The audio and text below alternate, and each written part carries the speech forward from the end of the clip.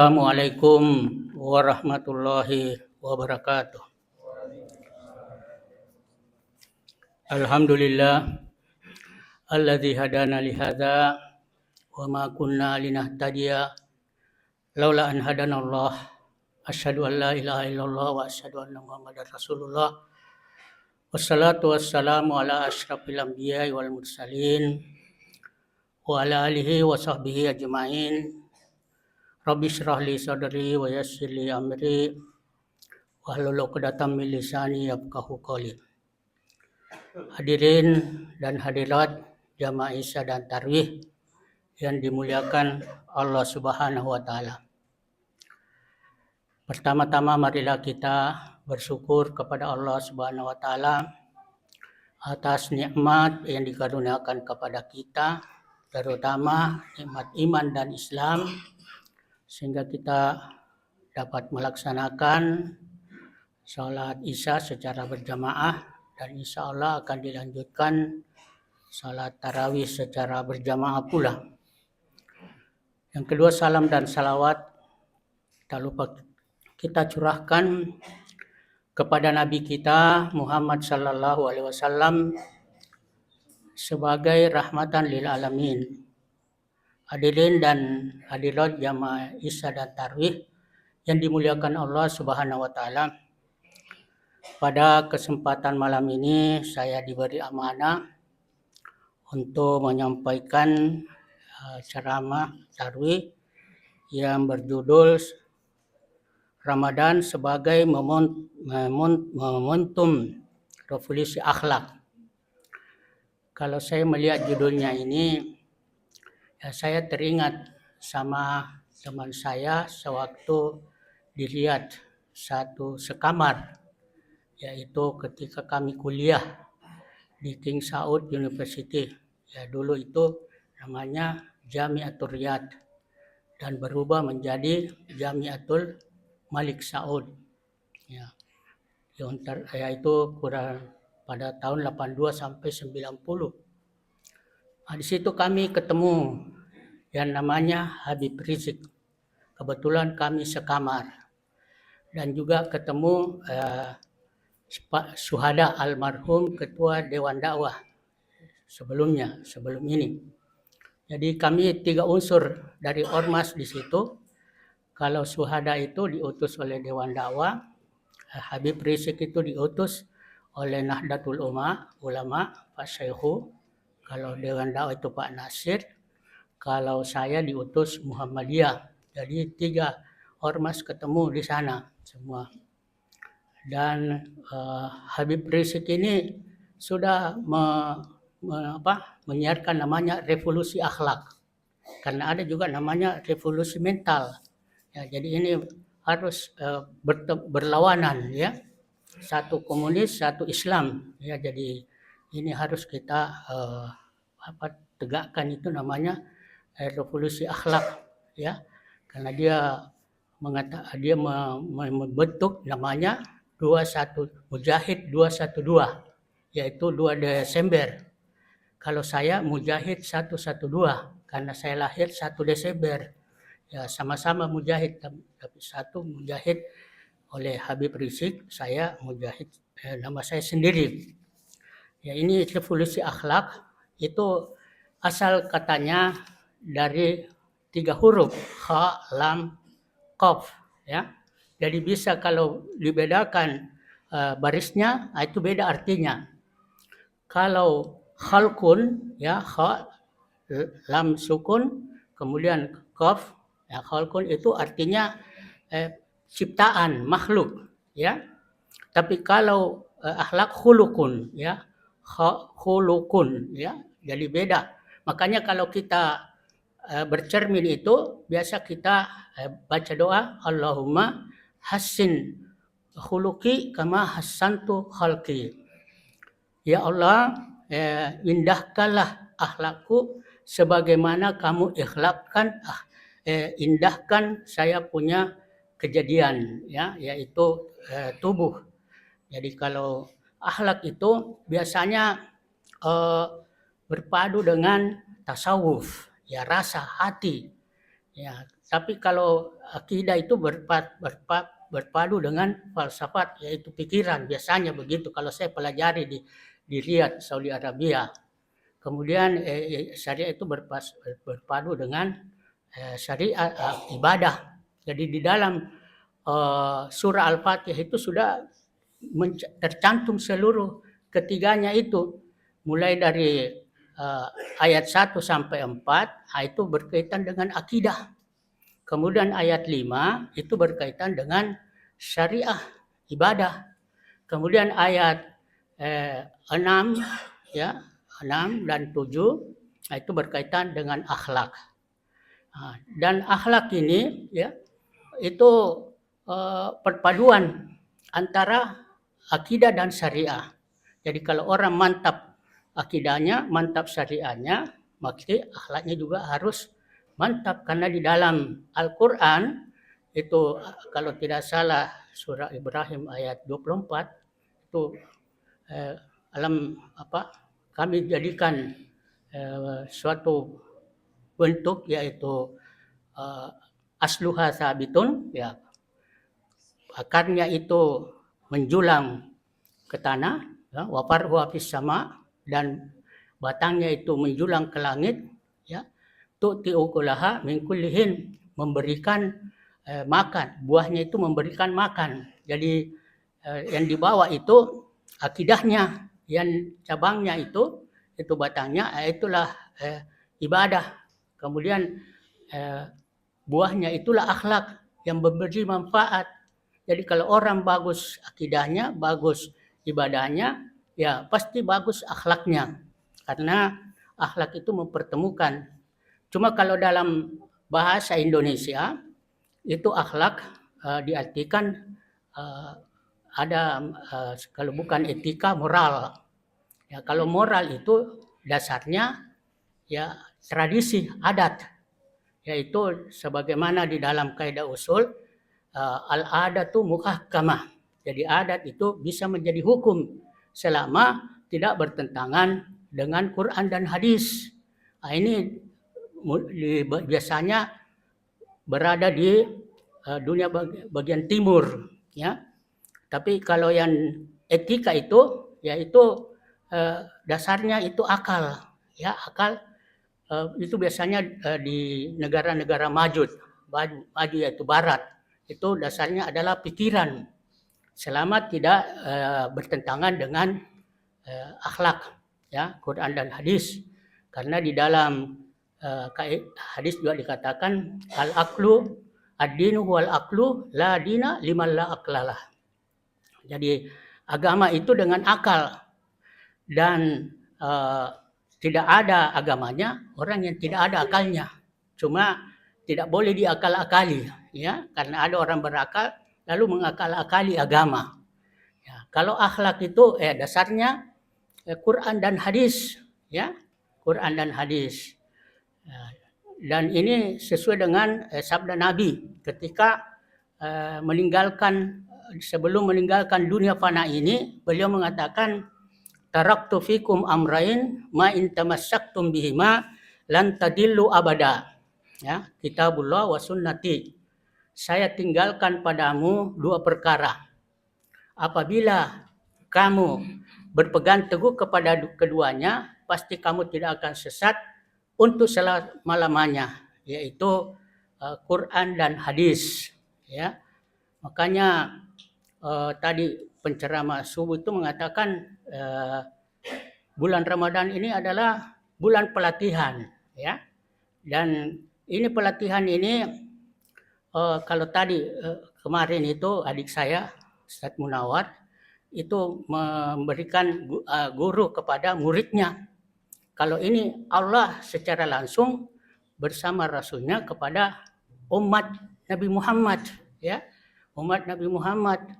Karena sebelum kita masuk ke liang kubur yang ada pertanyaannya tadi 3, ya, man rabbuka, asal jangan kita mak buka rabu, ya, artinya buka rok, ya, rok buka, ya, jangan di Indonesia kan, karena itu jelek artinya, ya. Karena ma rob buka, tapi marrabbuka, siapa Tuhanmu. Jadi jangan diindonesiakan itu bahasa Arab seperti ma, rok, buka. Ya. Kemudian ma dinuka, apa agamamu? Man nabiuka. Nah, ini nanti bisa kita jawab kalau kita bisa belajar nanti di pelatihan ini, yaitu pelatihan di bulan Ramadan. Makanya itu harus ditingkatkan ibadah kita di bulan Ramadan karena ini hanya 1 bulan saja selama 1 tahun, ya, setiap tahun di tahun Hijriah, yaitu di bulan Ramadan. Makanya juga sebelum kita ke akhirat itu ada juga pertanyaannya 4, ya, yaitu pertama umur, yang kedua ilmu, yang ketiga jasad, yang keempat yaitu harta. Ya, jadi itu pertanyaannya nanti bisa kita jawab apabila kita betul-betul ikut dalam pelatihan dalam bulan Ramadan ini, ya.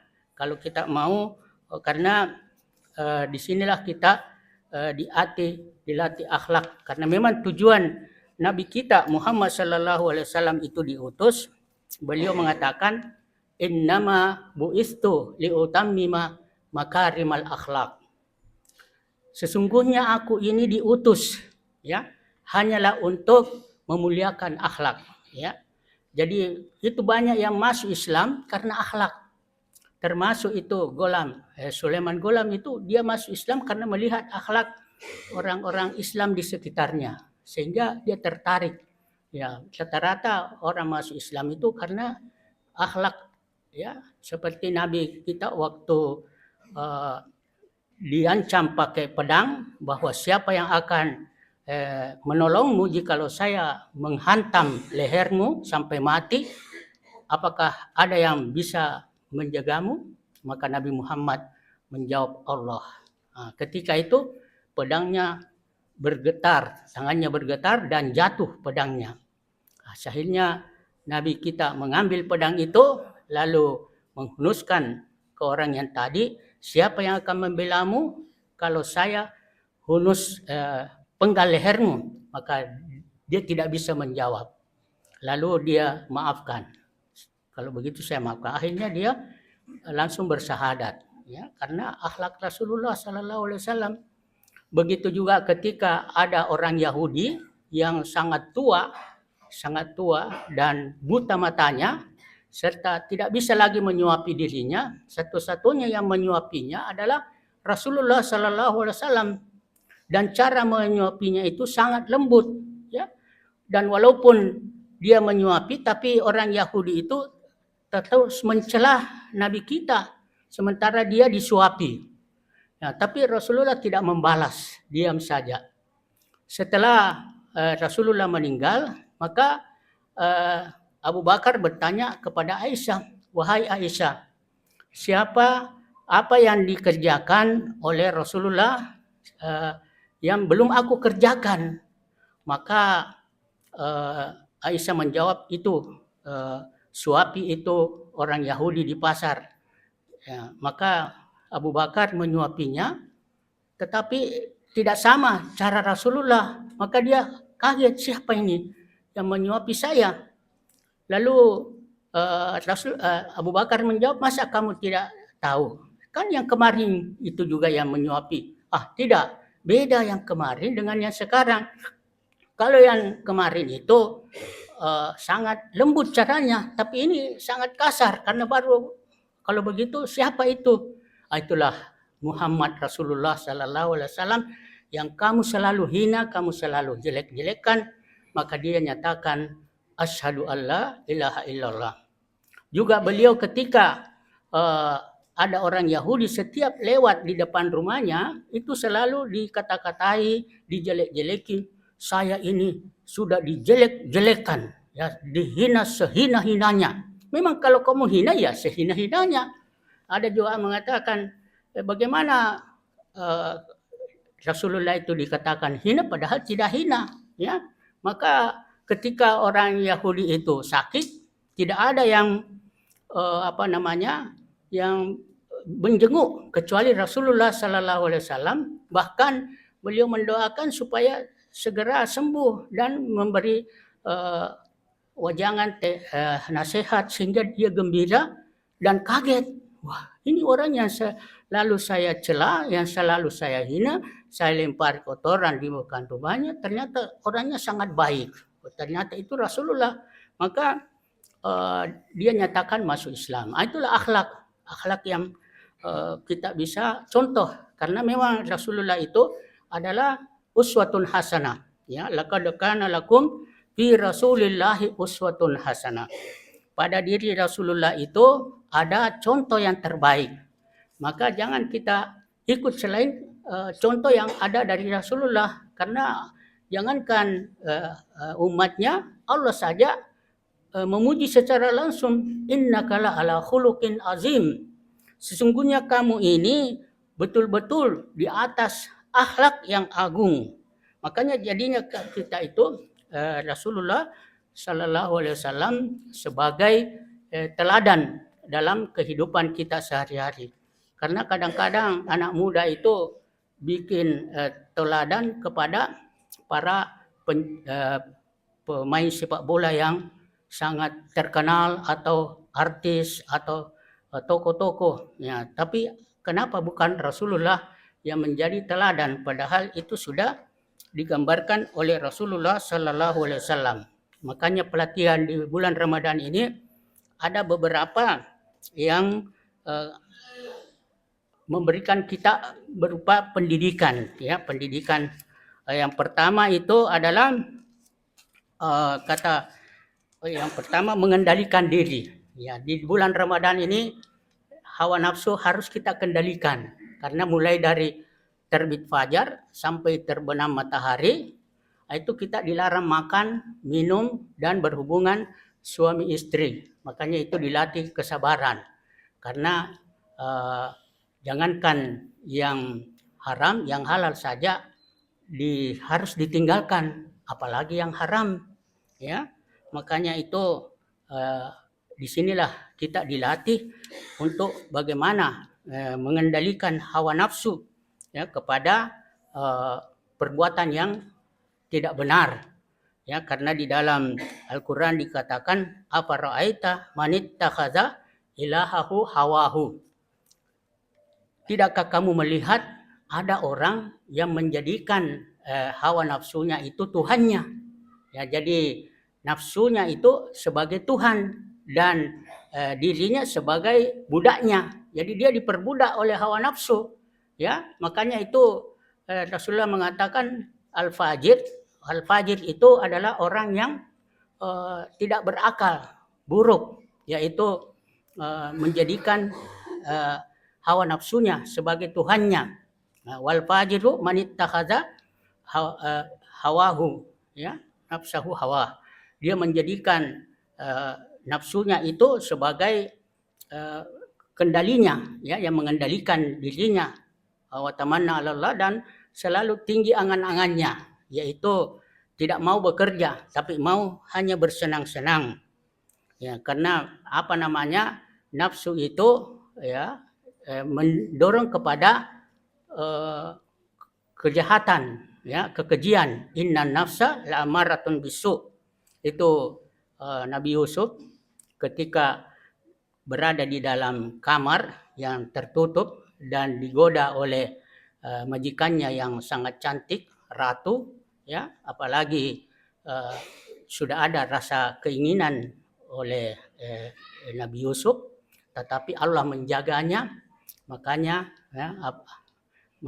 saya tidak akan ikuti nafsuku, ya, karena nafsu itu mendorong kepada yang buruk. Makanya orang yang tidak bisa meninggalkan perbuatan buruk atau perkataan buruk, itu puasanya tidak ada nilainya, ya. Karena Rasulullah mengatakan, "Man lam yada' qaula zur wal amal bih falaysa lillahi hajatun fi ayyada ta'amahu." Ya, barang siapa yang tidak mampu meninggalkan, ya, perkataan dan perbuatan sia-sia yang mengandung dosa, maka Allah tidak butuh puasanya yang seperti itu, yaitu meninggalkan makan dan minumnya. Juga di hadis yang lain Rasulullah mengatakan asyamu junnatun fala yarfusu wala yajhulu wa ini mru'un qatalahu aw satamahu falyakul inni shaimun. Puasa adalah perisai.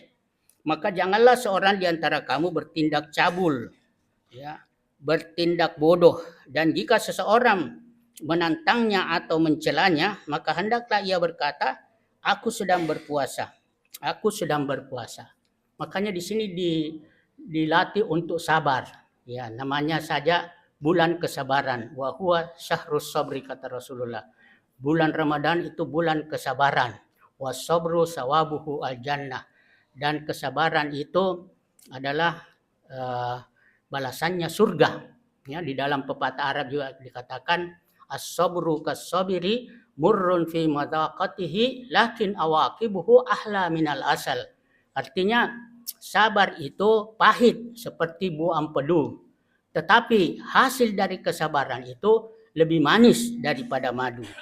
Ya, makanya butuh sabar di dalam ketaatan, sabar di dalam meninggalkan kemaksiatan, sabar di dalam menghadapi lapar dan haus serta nafsu seksual. Kemudian yang kedua penyucian diri, ya. Ya, yang kita harapkan pendidikan Ramadan kali ini bersih badannya, bersih jiwanya, bersih sehat fisiknya, sehat pula rohaninya. Karena yang namanya nafsu hati itu bisa bertindak baik, bisa bertindak buruk, ya. Karena di dalam Quran dikatakan wa nafsu wa ma sawaha fa alhamaha fujuraha wa taqwaha. Demi jiwa, ya, yang kami ciptakan dengan sebaik-baiknya, ya. Maka beruntunglah orang yang menyucikan jiwanya dan merugilah orang yang mengotori jiwanya. Jadi ini jiwa kita harus bersihkan dengan perbuatan baik dan harus kita jauhkan perbuatan buruk kalau mau jiwa kita ini beruntung atau bersih. Juga di dalam hadis dikatakan ala fil jasadi mudghah wa in fasadat fasadal jasadu kulluh wa in saluhat saluhal jasadu kulluh wa in fasadat fasadal jasadu kulluh ala wahyal qalbu. Ketahuilah bahwa di dalam badan ini, tubuh ini ada segumpal daging. Apabila segumpal daging itu baik, maka baiklah seluruh tubuh itu. Dan apabila segumpal daging itu buruk, maka buruklah seluruh tubuh itu. Itulah hati. Makanya harus kita latihan. Ada itu lagunya, siapa namanya? Agim. Jagalah hati, jangan kau nodai, ya, dan seterusnya. Yang perlu kita jaga hati, jangan sampai kecurian. Ya, bisa saja dicuri hati kita itu kalau tidak dijaga baik-baik. Yang ketiga, kejujuran. Ya, ibadah puasa adalah suatu ibadah yang mendidik pribadi yang jujur. Karena hampir semua ibadah dari ibadah puasa hampir semua terlihat. Ya, seperti sholat bisa dilihat, bersedekah bisa dilihat, ya, naik haji bisa dilihat. Ya, puasa tidak ada yang bisa melihat. Ya, makanya puasa itu betul-betul ikhlas, ya, dan pahalanya itu paling tinggi dari semua ibadah yang lain. Makanya Rasulullah mengatakan asyamu la riya fi qala Allahu huwa li wa ana ujzi bih yada'u ta'amahu wa syarabahu min ajli. Puasa itu tidak ada riya, ya, ikhlas betul-betul karena Allah. Allah berfirman dalam hadis qudsi, huwali, puasa itu untukku dan saya sendiri yang akan membalasnya. Dia meninggalkan makannya dan minumnya untukku. Dan semua amal, kullu amal ibni Adam yudha'aful hasanatu amsru amsalihha ila sab'i mi'ati dhifin. Ya, semua amal anak cucu Adam itu dilipat gandakan kebaikannya 10 sampai 700 kali lipat. Kecuali kata Allah puasa. Illa saum fa innahu li, karena puasa itu untukku dan aku sendiri yang akan membalasnya. Ya, jadi yang keempat ini pendekatan diri kepada Allah Subhanahu wa taala. Karena di dalam bulan Ramadan ini ditekankan sekali untuk menegakkan yang namanya salat tahajud, qiyamul lail, ya. Di dalam ayat Quran dikatakan walladzina yabituna lirabbihim sujjadan wa qiyaman. Ya, dan orang-orang yang melalui malam hari dengan bersujud dan berdiri untuk Tuhan mereka. Ya, di ayat yang lain tatajafa junubuhum anil madaji'i yad'una rabbahum khaufan wa tama'an. Ya, lambung mereka jauh dari tempat tidurnya, ya. Dan mereka berdoa kepada Tuhannya dengan rasa takut dan berharap. Jadi takut ini masuk neraka dan harap ini masuk surga. Ya. Dan juga Rasulullah mengatakan afdalus salati ba'dal faridati salatul lail.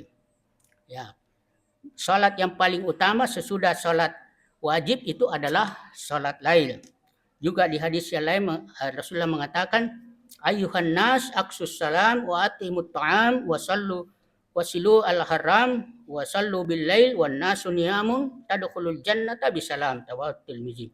Wahai manusia, sebarkan salam, beri makan dan sambung silaturahmi dan salatlah di malam hari sementara manusia sedang tidur, kamu akan masuk surga dengan selamat. Dan yang kelima, yang terakhir, tilawatul Quran. Ya, salah satu syiar yang dianjurkan dalam bulan Ramadan adalah memperbanyak ya tilawah membaca Al-Quran.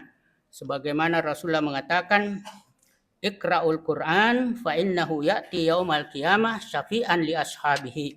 Bacalah Quran karena sesungguhnya Quran itu akan datang pada hari kiamat menjadi syafaat bagi kalian.